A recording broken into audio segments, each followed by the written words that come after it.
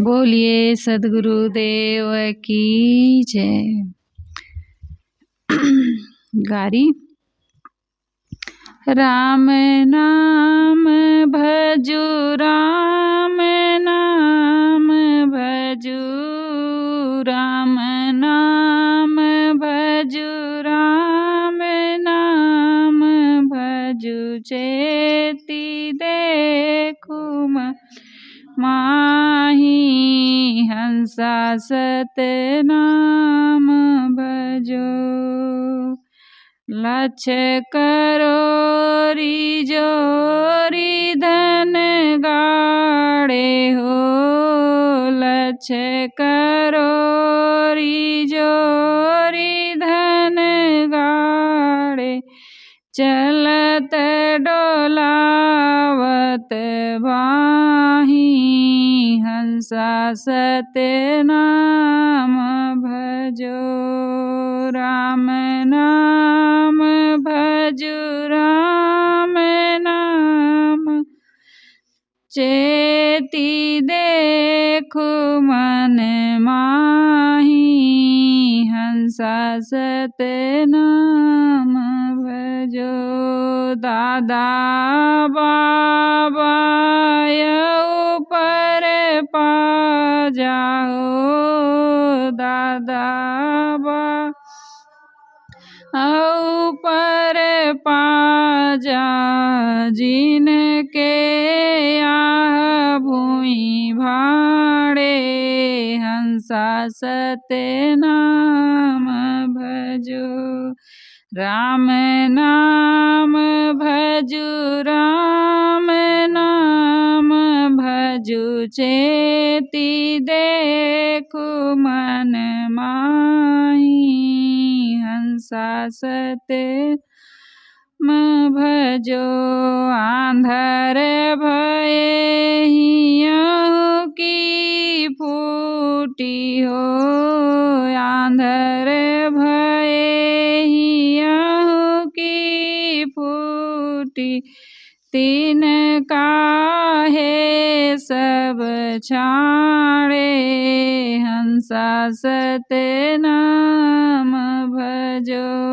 राम नाम भजू, राम भजू, चेती देखो मन माही, हंसा गुरु नाम भजो। ई संसार असार को धंधा हो, ई संसार असार को धंधा, अंत काल कोई नाही, हंसा सतनाम भजो। राम नाम भजू, राम नाम भजू, चेती देखो मन माही, हंसा गुरु नाम भजो। उपजत बिन सत बार न लागे हो, उपजत बिन सत बार न लागे, ज्यों बादर की छाही, हंसा सतनाम भजो।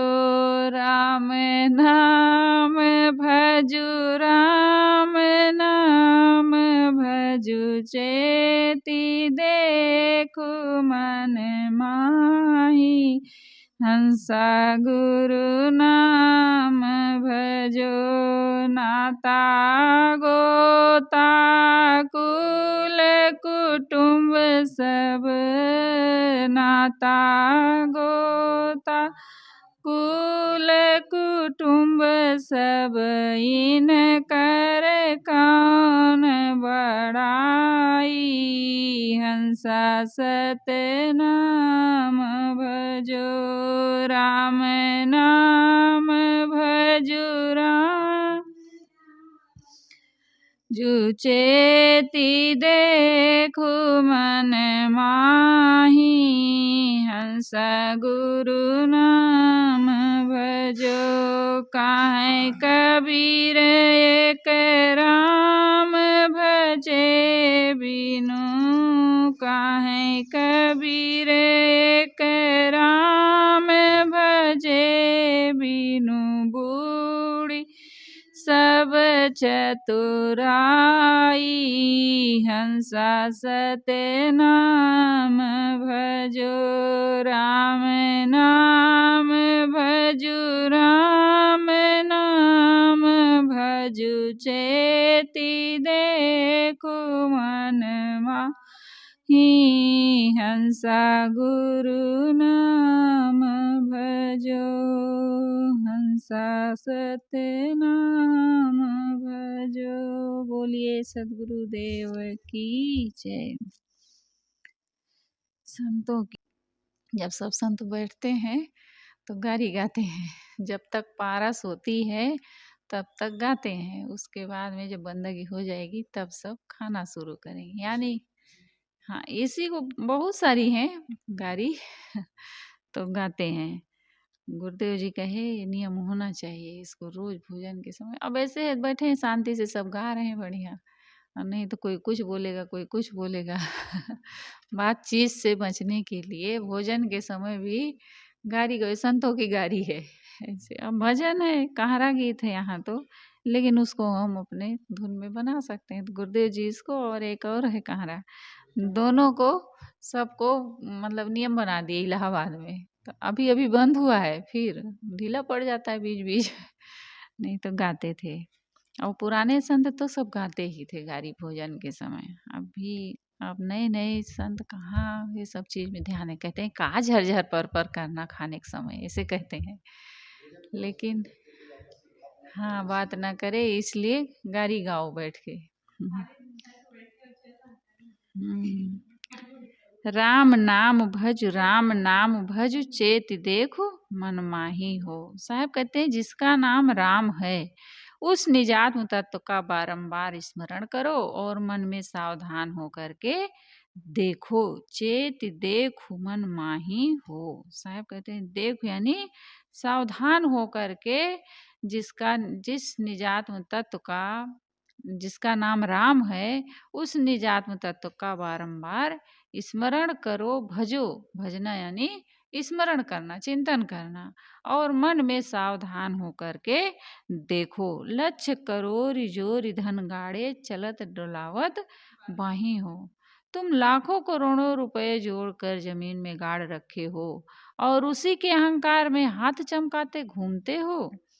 चलत डोलावत बाहियों, डोलावत यानी चमकाते, इतराते चलते हैं। साहब कह रहे हैं लाखों करोड़ों रुपए जमीन में गाड़ रखे हो और उसी के अहंकार में हाथ चमकाते घूमते हो। देखो आगे, दादा बाबा और पुरपाजा जिनके यह भुई भाड़े हो। साहब कहते हैं कि तुम्हें ध्यान रहना चाहिए, तुम्हारे पिता पितामह पर पितामह जिनकी ये पूरी संपत्ति थी वे सब छोड़ करके क्यों चले गए। जिनके यहाँ भुई भाड़े हो, जिनका सब कुछ था, वो लोग क्यों छोड़ के चले गए। आंधर भयो ह्यों की फूटी, तिन काहे सब छाड़े हो। तुम बाहर की आंखों के तो अंधे हो, लेकिन भीतर के कौन है दो नेत्र, विवेक और विचार। साहब कहते हैं बाहर से तो तुम देख करके विचार नहीं करते हो, समझते नहीं हो, बाहर से तो अंधे ही हो, और जो भीतर के तुम्हारे दो नेत्र हैं, विवेक और विचार, वो भी फूट गए हैं। इसलिए बाहरी संसार की घटनाओं तथा भीतर ज्ञान से प्रेरणा नहीं लेते हो। इस संसार असार को धंधा अंतकाल कोई नहीं हो। साहब कहते हैं संसार का सारा व्यवहार सारहीन है और अंत समय में ये किसी का नहीं होता है। ये संसार आसार को धंधा, आसार क्या है, जो बिल्कुल सारहीन है, जिसमें कोई सार है ही नहीं। ये जो संसार का जो व्यवहार है, ये सारा व्यवहार क्या है, सारहीन है। एक दिन ये छूट जाने वाला है, मिलने भी छूटने वाला है, स्थिर रहने वाला नहीं है। इससे कोई सुख शांति की आशा मत करो। साहब कहते हैं सारा व्यवहार सारहीन है और अंत काल कोई नहीं हो। ये अंत समय में कोई किसी का नहीं होता है। उपजत बिनसत बार न लागे, ज्यों बादर की छाई हो। तुम्हारी जो मानी हुई सारी माया है ये कैसे है? बादल की छाया की तरह है। जैसे बादल आता रहता है जाता रहता है, ऐसे तुम्हारी बनाई हुई जिस माया है, सारी माया बादल की छाया की तरह है, जिसके बनने बिगड़ने में देरी नहीं लगती है। नाता गोता कुल कुटुंब सब इनकर कौन बड़ाई हो। जो नात गोत कुल कुटुंब इन नश्वर चीजों की क्या विशेषता है?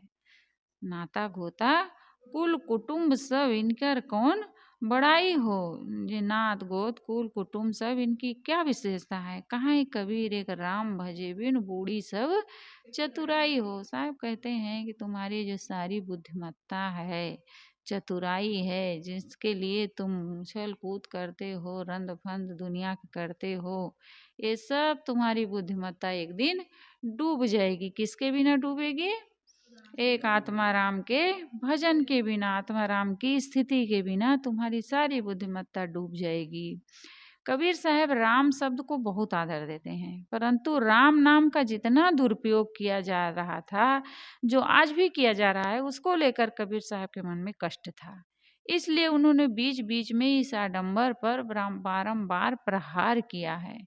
पिछले तीसरे तथा चौथे कहरा में भी आप देख आए हैं कि केवल राम नाम जप की मिथ्या महिमा का उन्होंने किस ढंग से निराकरण किया है। परंतु वे बीच बीच में सकारात्मक दृष्टि से भी राम नाम भज जैसे पद कह देते हैं। परंतु ये ध्यान रहे कि वे वैष्णवों की तरह इन स्थलों पर राम नाम संकीर्तन करने की प्रेरणा नहीं देते हैं, किंतु उनका अभिप्राय रहता है कि राम शब्द को आदर देना तथा उसके अर्थ में अंतरात्मा का बोध देना। वे आम जनता के प्रमोदार्थ भी राम नाम भज जैसे शब्द कह देते हैं। इस कहरा में इसी भाव से कहा हुआ लगता है। वे आम जनता को संबोधित करते हुए कहते हैं कि हे लोगों, तुम राम नाम का स्मरण करो और मन में सावधान होकर देखो कि संसार नश्वर है। यहाँ अभिप्राय रट्टू सुग्गावत राम नाम रटना नहीं है, किंतु वो अर्थ है कि एक ओर तो आत्मा राम है और दूसरी ओर देह गे परिवार आदि नश्वर संसार है। मन में विचार कर देखो कि दोनों में तुम्हारे साथ रहने वाला कौन है? राम नाम रहने वाला है कि देह गे परिवार प्राणी पदार्थ रहने वाले हैं? क्या रहने वाला है, इसका विचार करो अपने मन में। देह गे देखते देखते ही नष्ट हो जाते हैं, परंतु राम अविनाशी है, वो नहीं नष्ट होगा। देह आदि तक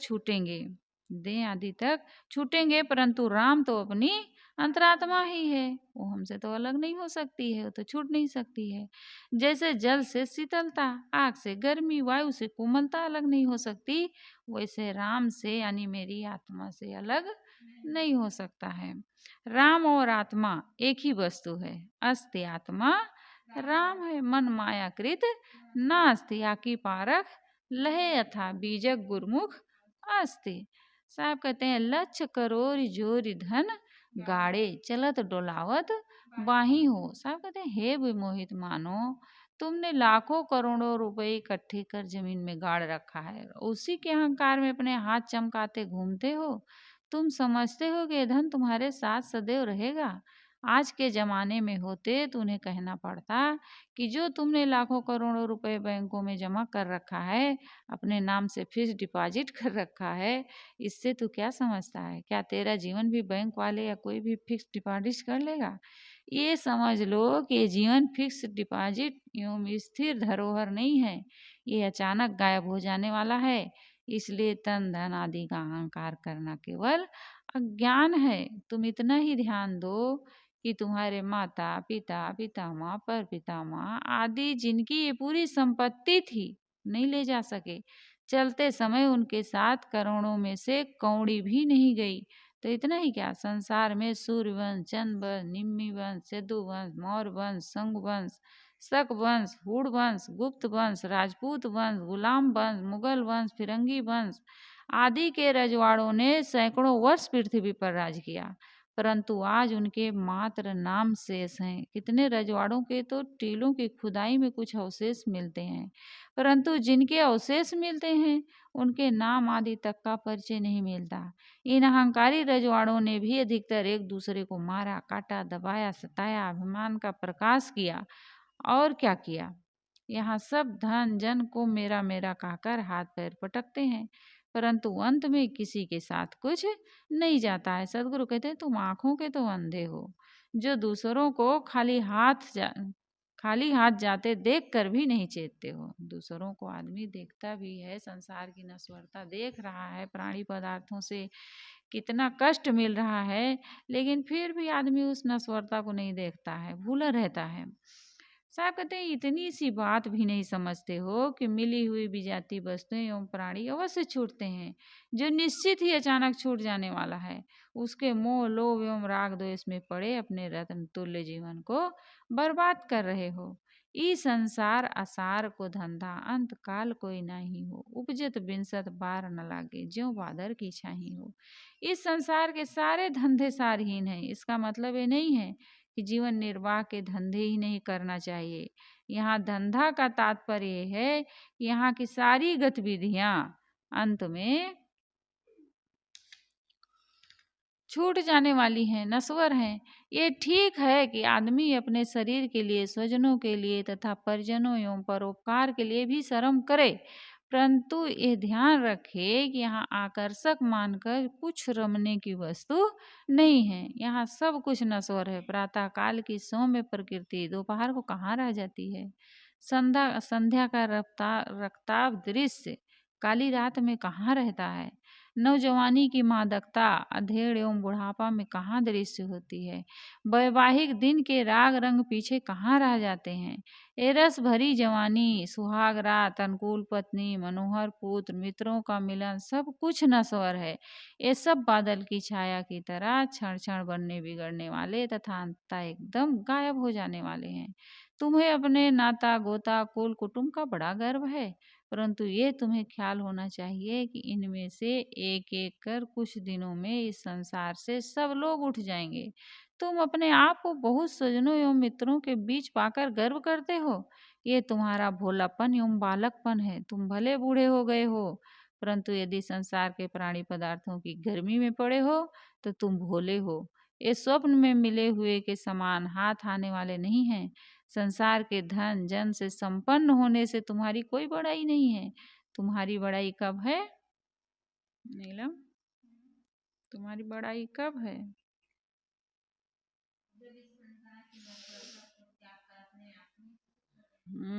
जब राम भजन करोगे। राम भजन में ही तुम्हारी बड़ाई है। भीतर जब तक शांति नहीं है, भीतर शांति नहीं है, बहुत संपत्ति कमा लिए, बहुत पद प्रतिष्ठा मान सम्मान मिल गया, लेकिन भीतर से हम खाली खाली हैं, तो उसका कोई मतलब नहीं है। साहब कहते हैं तुम्हारी बड़ाई तो है राम भजन में। सदगुरु कहते हैं एक राम भजन के बिना तुम्हारा सारा बड़प्पन, सारी बुद्धिमानी डूब जाएगी। एक विद्वान प्रोफेसर थे, एक नौका पर बैठे नदी पार कर रहे थे। केवट नौका चलाने लगा। प्रोफेसर अपनी विद्वता के गर्भ में केवट से पूछने लगे, क्यों जी, तुम अर्थशास्त्र जानते हो? केवट ने कहा, बाबूजी मैं नहीं पढ़ा हूँ। प्रोफेसर ने कहा, तुम्हारे जीवन का एक हिस्सा तो डूबा ही है, क्योंकि तुम अर्थशास्त्र नहीं जानते हो। कुछ क्षण ठहर कर उन्होंने पुनः पूछा, क्या तुम विज्ञान जानते हो? केवट ने कहा, बाबू नहीं जानता। प्रोफेसर ने फिर गर्व से कहा, तुम्हारा आधा जीवन बेकार है। कुछ क्षण के बाद पुनः पूछा, क्या तुम कुछ इंग्लिश जानते हो? केवट ने कहा, बाबू मैं स्कूल गया ही नहीं हूँ। प्रोफेसर ने कहा, तब तो तुम्हारा पौना जीवन डूबा है। इतने में तूफान आया और नौका नाचने लगी। केवट को लगा कि नौका डूब जाएगी। उसने प्रोफेसर साहब से क्या पूछा, बाबूजी क्या आपको तैरना आता है? प्रोफेसर साहब ने घबरा कर कहा, मैं तो एक कदम नहीं तैर सकता, क्योंकि मैं तैरना बिल्कुल नहीं जानता। केवट ने कहा, तब तो बाबूजी आपका पूरा जीवन डूब गया। हम तो हुए तैर कर बाबू सरिता के उस पार, तैरने भी ना जाने बाबू, सारी विद्या बेकार। तो केवट ने कहा, बाबूजी आपका पूरा जीवन डूब गया। बांसबल्ली फेंक कर नदी में तैरने लगा और कुछ क्षणों में पार लग गया। और प्रोफेसर साहब अपने विद्या और सबको लेकर अहंकार को पानी में डूब गए। हमारी दशा भी यही है। हमारी सारी विद्या बुद्धि प्रभुता राम भजन के बिना एक दिन डूब जाएगी। राम भजन क्या है? गीतू, राम भजन है विषयों से विमुख होकर आत्मा राम में लीनता। सारे ईश्वर विद्या बुद्धि से संपन्न व्यक्ति भी अंत में भवसागर में डूब जाता है। भवसागर से तो वही पार होता है। कौन पार होता है भवसागर से? हाँ, जो विषयों की आसक्ति को छोड़ करके आत्माराम में रमण करता है, जो अपने आप का चिंतन करता है, अपनी आत्मा का चिंतन करता है और उसमें डूबा रहता है, सदैव आत्माराम की स्थिति में रहता है। साहब कहते हैं आत्माराम की स्थिति के बिना तुम्हारी सारी बुद्धिमत्ता, सारी विद्या, सारा अभिमान मान सम्मान सब डूब जाएगा। ये कोई काम आने वाला नहीं है। काम क्या आएगा? जो राम भजन करेंगे वही हमारे साथ जाने वाला है, वही हमारा सहायक बनेगा आगे चल करके। धन संपत्ति सारी माया यहाँ की सब यहीं छूट जाएगी, लेकिन हमारे जो आत्मा है, जो हम भजन करेंगे वही हमारे साथ हमारे आगे काम आने वाला है। हमारे जीवन में ये कुछ काम आने वाला नहीं है। इसलिए साहब कहते हैं आंधर भयो हियों की फूटी। तुम इतने बड़े अंधे बने हो कि देख करके संसार की नश्वरता को, प्राणी पदार्थ से जो ठोकर लगता है उसको भी देख करके तुम सावधान नहीं हो रहे हो। यानी कि तुम्हारे बाहर के नेत्र तो फूटे ही हैं और जो भीतर विवेक विचार के नेत्र हैं वो भी फूट गए हैं। ऊपर की दो गई ह्यों की गई राय, और कहाँ कबीर जाकी चार्यू गई ताको कहा उपाय। जो देख करके नहीं देखता, समझता है, भीतर से विवेक विचार भी नहीं करता है, जिसके चारों डूब गए, फूट गए हैं, चारों नेत्र फूट गए हैं, बाहर के भी और भीतर के भी, जिसके चारों फूट गए हैं, फिर उसके लिए फिर कोई उपाय ही नहीं है कि उसको कोई बचा सकता है दुख से। बोलिए सदगुरुदेव की जय। वंदन है गुरुदेव तुमको, वंदन है गुरुदेव। काले जाल के फंदा